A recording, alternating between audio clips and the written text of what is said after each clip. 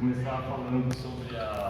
de começar falando sobre a influência do Brasil no futebol japonês, essa relação Brasil e Japão, e se hoje o futebol é um esporte popular no Japão, isso muito se deve ao fato aos jogadores brasileiros.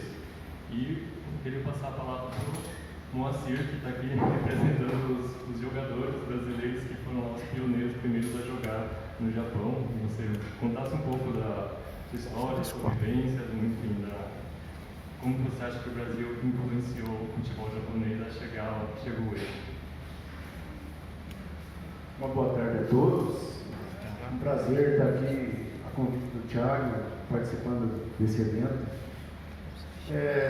A minha participação no futebol japonês e o futebol brasileiro, né, no Japão, eu acredito que existe a era antes da era Zico, depois, após a era Zico, que profissionalizou e que o Zico contribuiu com 90%, eu acredito, para que o futebol japonês pudesse ser o que é hoje, né? Porque o futebol japonês antes dos anos 92, antes da J-League, era amador, né, praticamente. Eu fui para lá em 93 e jogar num time praticamente amador, né? Era um time da Itachi Shimizu, disputava a liga regional. Primeiro ano nós fomos campeão da liga regional, depois subimos para a liga estadual, maior, né? E era assim, bem amador mesmo. A gente precisava ir na fábrica, né? Ficar o cartão lá, tudo, né? Usava o uniforme da fábrica. E na parte da tarde a gente ia para os treinos, campo de terra, né? Tudo era bem amador mesmo. E eles entregavam o material esportivo para a gente, não tinha roupeiro, não tinha rouparia, era uma mala com todo o uniforme de treino, de jogo, chuteira, luva, e você que cuidava. Acabava tendo naquele terrão lá, ia para casa e tinha que lavar a roupa ainda, né? Mas foi uma experiência muito grande para mim. Depois, aí o Zico, quando veio, começou a implantar, trazer o profissionalismo, né?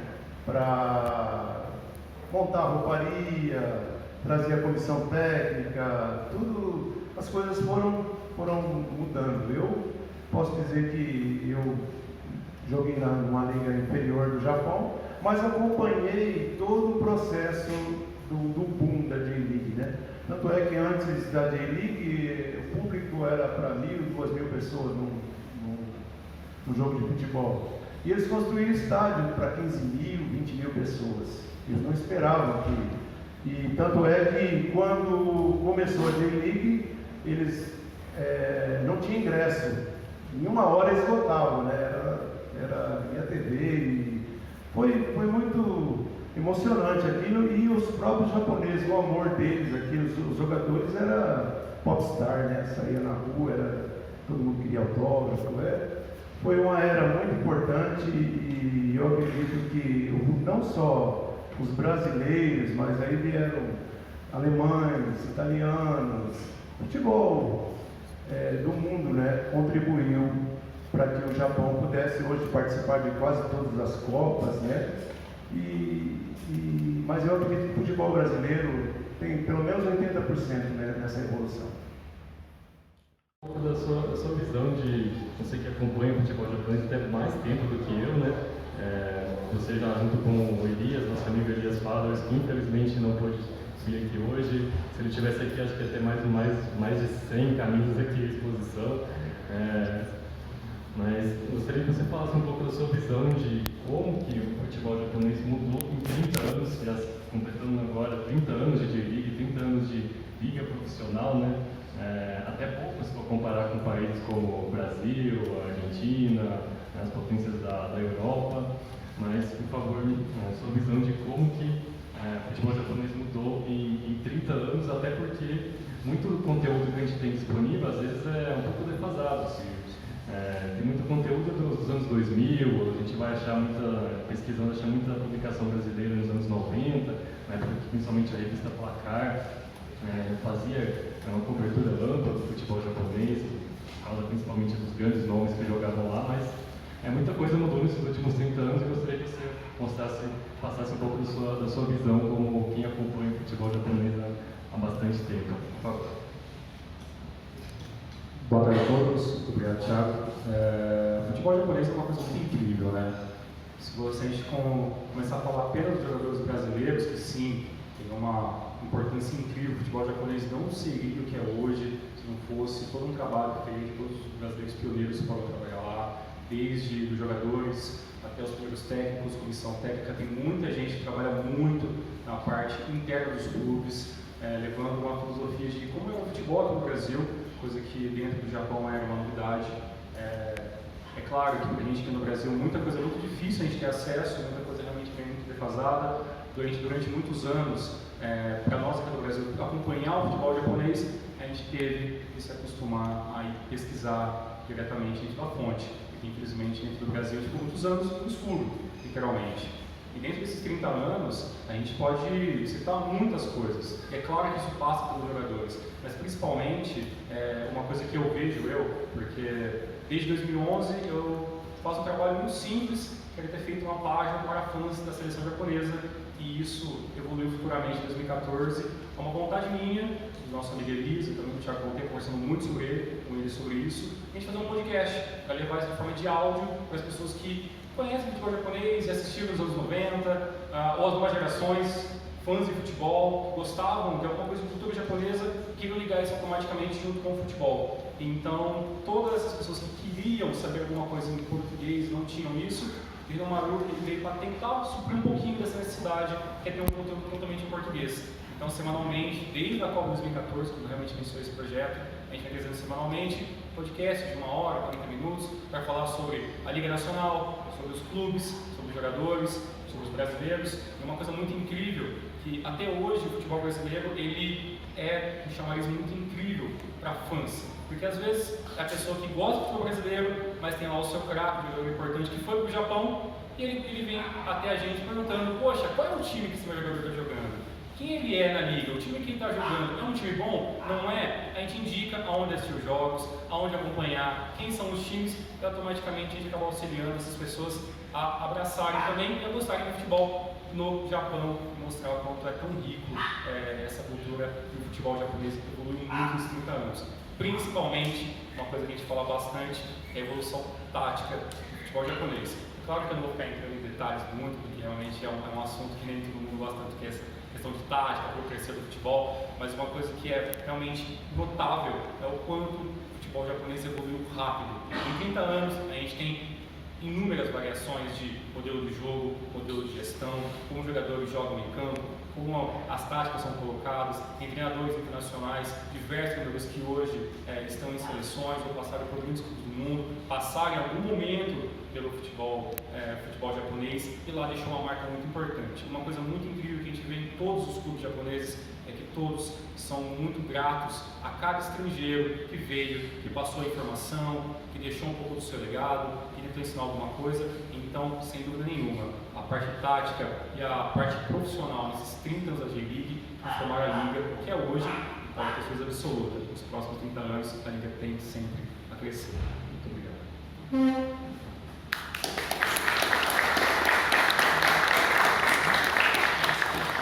Obrigado, Thiago. Continua ainda até hoje, né? Principalmente agora que é a Copa do Mundo, vai ter jogo da seleção japonesa transmitido e às vezes ainda tem muita gente continua com aquela visão lá dos anos 90, de como que era aquele futebol naquela época e não percebe o quanto isso mudou, né? Então eu gostaria que o Carlos falasse um pouco sobre esses estereótipos, como que ele enxerga isso e o que está mudando, né, na sua visão. Por favor, Carlos. Eu estou achando interessante nessa mesa, assim, que no começo eu estava pensando assim, que a gente ia fazer diversas perguntas para o Thiago, daí meio que o Thiago meio que está de moderador, né? Bom, enfim, Foi meio que pegou de surpresa assim tal. Mas uma coisa que me veio na cabeça assim é o mangá, história em quadrinhos, Super Campeões aqui do Brasil, né? E eu não acompanhei exatamente em tempo real a primeira série que passou na década de 80, mas na década de 90, os quadrinhos que a versão animada passou aqui na Rede Manchete, inclusive, uma cena que me chamou a atenção é que o Shingo Aoi, o personagem, ele falava que naquela época se falava japonês ou japonese em italiano, isso dava uma impressão de ser era praticamente um sinônimo de pessoa que não sabia jogar bola, né? E que o sonho dele era de mudar essa imagem de japonesa ser sinônimo de pessoa que é bom de jogar bola. E daí uma coisa que talvez dá para pensar no contexto atual é assim, muitos jogadores importantes estão surgindo nos times europeus, os próprios exemplos que o Thiago falou da Alemanha, daí eu vejo também no Celtic, que é um clube do futebol escocês que atualmente tem 4 jogadores japoneses e atualmente é o líder da liga, né? E também, se for pensar, na temporada anterior, o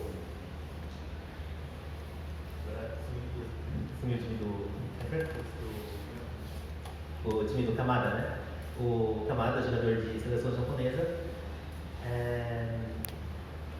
assim, lógico, como um time completo, talvez a seleção japonesa ainda não tenha uma força assim para bater de frente com as seleções top assim, do mundo.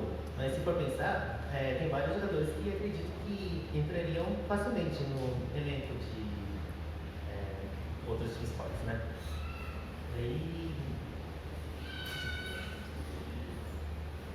Então, essa pergunta que a gente até estava conversando ontem, eu queria jogar para vocês, e acho que está mais na questão de tática, né?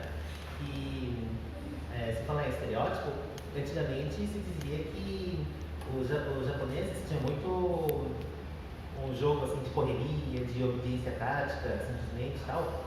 Daí eu pergunto para vocês, assim, o que vocês acham esse estereótipo, se é real, se existia, se ele existe, ou se já foi quebrado, ou passar de volta para vocês. Só tentar fazer um comentário breve a respeito disso, que o futebol japonês ele conseguiu uma, assim, talvez a primeira glória assim, reconhecida, que foi a medalha de bronze no México em 1968. E nessa época o Japão tinha um centroavante muito bom, que se chamava Kamamoto, ele até hoje é o maior artilheiro da história da seleção. E o Japão usava uma tática muito simples naquela época. Era basicamente jogava a bola no ponta, que era um jogador muito veloz, e ele tentava criar a jogada, fazer passe para o Kamamoto fazer o gol. Se resumia isso, a estratégia da seleção japonesa, de resto era ficar só se segurando, esperando a chance de jogar a bola para o Kamamoto fazer o gol. E o Japão tinha esse centroavante muito bom e era basicamente isso que o time tinha. Então, depois disso, o Japão teve alguns... Não conseguiu, né, evoluir como esperado, ficou... a liga era amadora, então era aquela situação em que eles não tinham muito como evoluir mais. Então, a partir dos anos 90, quando começou a ter mais amistosos internacionais, nos anos 80 já tinha muito, então ficou meio que essa visão daquela época de que o Japão só jogava daquele jeito, até porque quando jogava contra o Brasil, as seleções mais fortes, que era a única chance que aqui tinha, né, de acompanhar o Japão, eles viam o Japão jogar daquele jeito e achavam que era só daquele jeito. Mas na verdade, nos anos 80 já começou a surgir uma primeira geração de jogadores japoneses que jogavam com foco no toque de bola. Isso foi influenciado pela seleção brasileira de 1970, que a Copa de 70 foi a primeira a ser transmitida no Japão, então as crianças que naquela época acompanhavam aquela seleção, eles cresceram querendo imitar o futebol do Brasil. Então, a partir dos anos 80, aos poucos, a seleção japonesa começou a evoluir nesse sentido, de tentar jogar com os brasileiros, Primeiro por influência dos jogadores Nikkeis, que foram os primeiros estrangeiros a jogar no Japão, foram os nipo-brasileiros, né, os brasileiros com ascendência japonesa. Depois começaram a chamar os estrangeiros, o Rui Ramos, né, um dos mais conhecidos, que chegou até a jogar pela seleção japonesa posteriormente. E esses brasileiros começaram a levar esse estilo brasileiro. Eles viam, por exemplo, um jogador Nikkei, né, ele tinha cara de japonês, tinha o corpo de japonês e ele jogava igual os brasileiros. Então eles ficavam impressionados, pensando, então a gente também pode jogar assim. Ele é como se fosse um japonês, mas joga igual os brasileiros. Então essa foi a inspiração para o Japão começar a mudar o seu estilo de jogo, né? Mas é claro que não dá para mudar assim de uma hora para outra. Então foram muitos anos de aos poucos evoluindo. Só em 98 que o Japão conseguiu chegar na primeira Copa, e naquela época foi um feito gigantesco que ninguém imaginava. E atualmente classificar para a Copa já é considerada obrigação, né? Antes, quando classificava, era aquela festa gigantesca. Hoje, quando classifica, às vezes a sensação de conseguimos, não fez mais que obrigação, né? Já está um nível de exigência, já está aumentando bastante, né? Então, mais alguém gostaria de fazer uma colocação sobre isso? Um acerto com os juízes, né? Teve uma época que os juízes japoneses eles começaram a estudar os palavrões em português para poder punir os jogadores brasileiros. Aquele que tá falando, não sei o quê, eles não entendiam nada, né? Ele era assim, Sim, só para ressaltar que... Depois eles já, nota de liga mesmo, eles aprenderam os palavrões e tenta tomar cuidado. Beleza, daqui a pouco a gente vai fazer o sorteio, só para ressaltar que quem ainda não adquiriu o livro e quiser participar do sorteio, ainda dá tempo de comprar o livro, é só vir aqui, nosso amigo Edwin está aqui do lado, só vir aqui falar com ele, ainda dá tempo de participar do sorteio. A gente vai sortear a camisa da seleção japonesa, um voucher do Nanaya de R$100, também o mangá Loki, e uma edição da revista Corner. Aproveito para falar um pouco aqui também da editora que publicou o livro. Ela também tem essa publicação, uma revista sobre futebol, e também vamos colocar aqui como parte do sorteio. Muito obrigado, Fernando.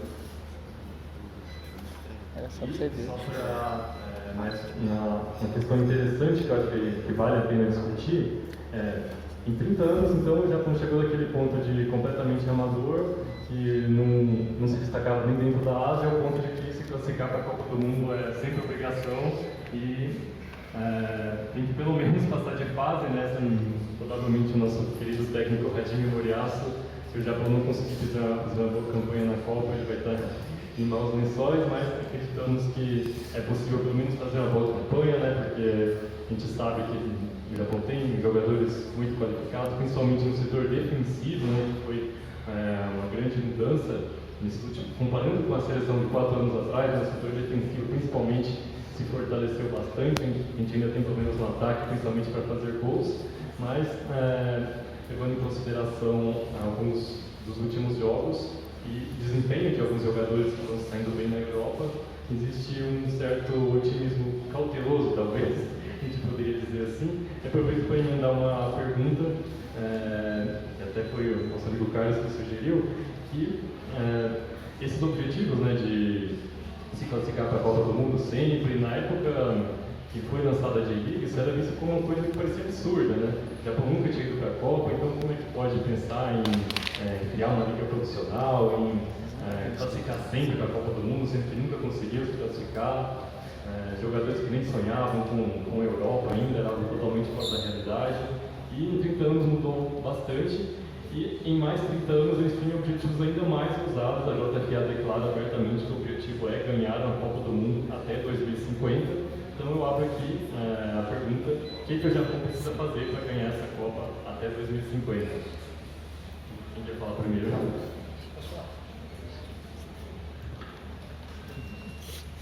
Rapidamente falar sobre a Corner 16, que está aqui para sorteio também.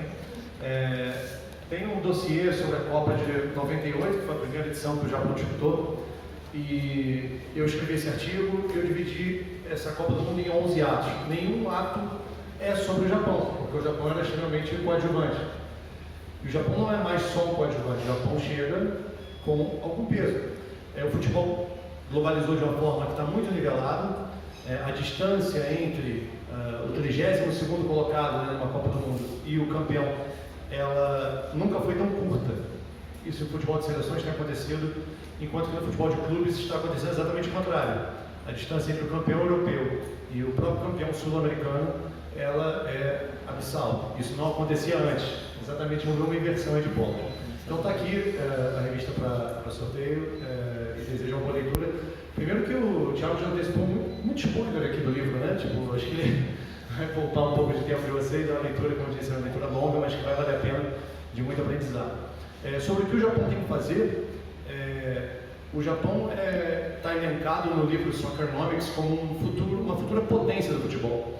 E por que isso? Né? Eles levam em consideração fatores econômicos e demográficos também, mas mais do que isso, não só o potencial nato, mas também o trabalho. Né? Repito essa questão do trabalho. O Japão está fazendo o dever de casa muito bem feito e leva tempo, leva muito tempo mesmo. E os Estados Unidos também tem esse projeto, né, de ser campeão do mundo, enfim, muita gente tem esse projeto de ser campeão do mundo, as potências já estão aí estabelecidas.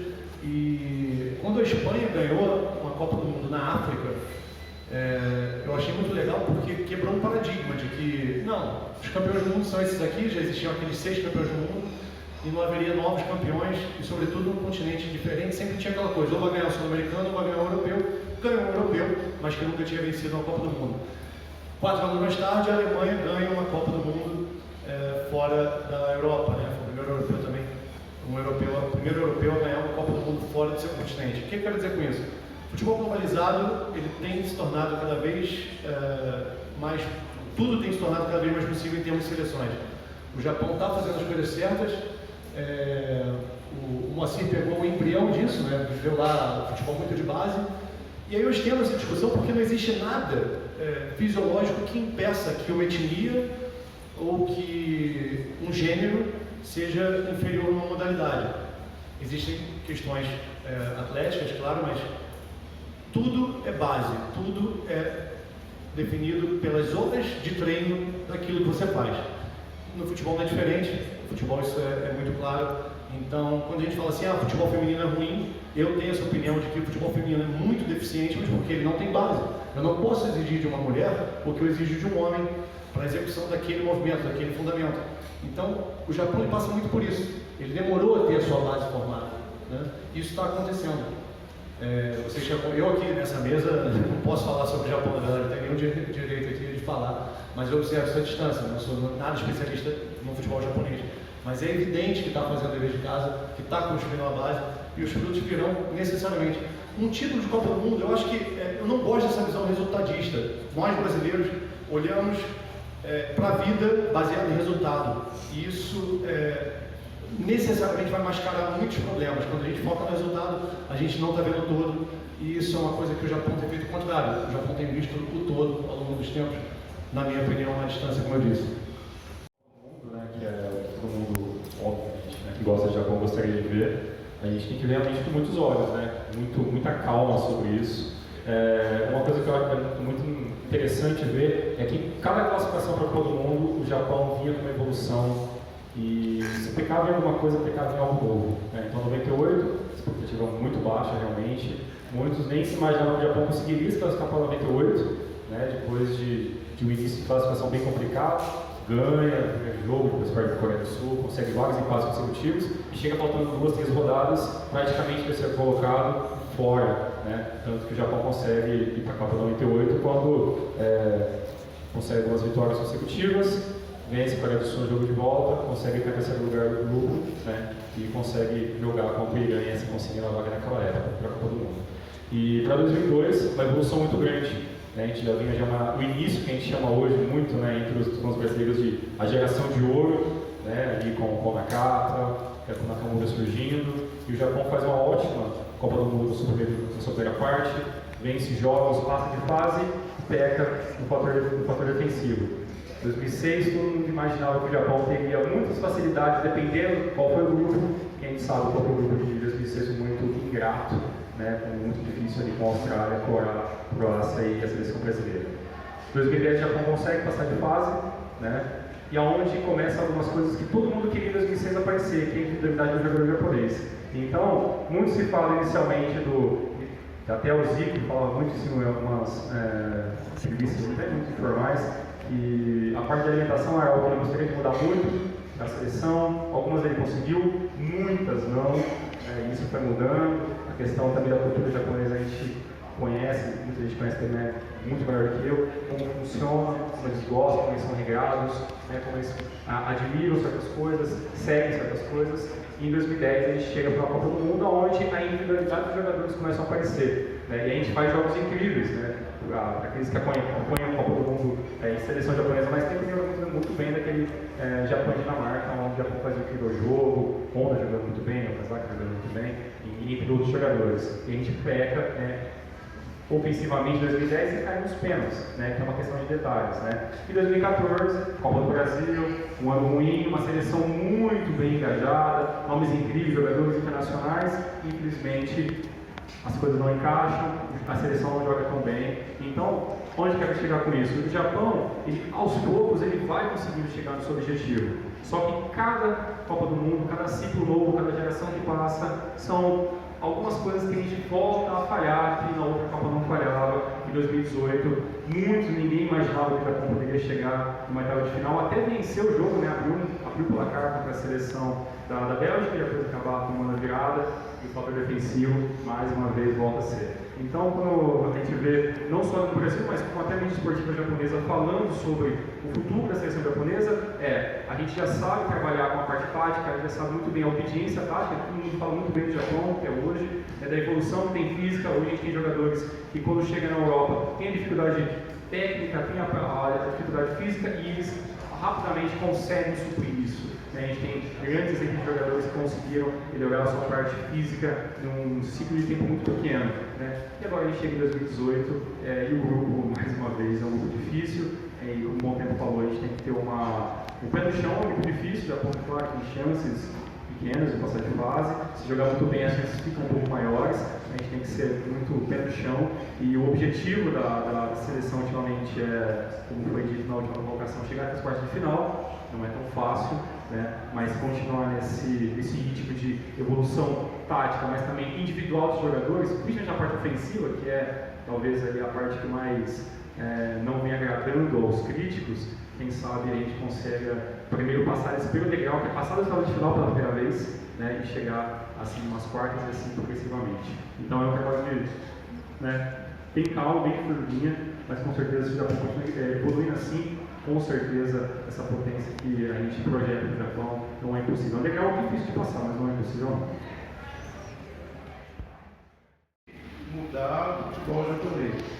Mas Rui Ramos, eu acredito que é pioneiro, chegou lá numa fase anos, você imagina anos 80, no 70, 80. Rui Ramos saiu daqui de São Caetano do Saad, que nem existe mais, para o Japão, para jogar em time amador, igual praticamente, E o Rui Ramos já foi ali uma sementinha, que depois, mesmo na era Zico, era um líder ali, era uma pessoa muito respeitada, e até hoje ele e tantos, naquela época passaram lá Bismarck, Miller, Careca, Dunga, Littbarski, que era alemão, o Lineker, artilheiro da Copa de 86.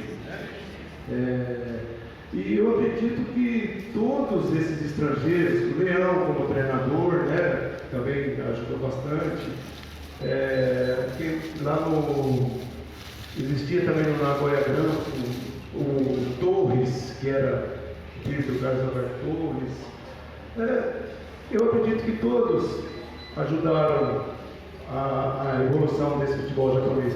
E, como eu sempre vamos grifar, a dedicação, a determinação e a obediência dos japoneses que ajudou. E acredito que a gente fala do Japão para ser campeão de uma Copa.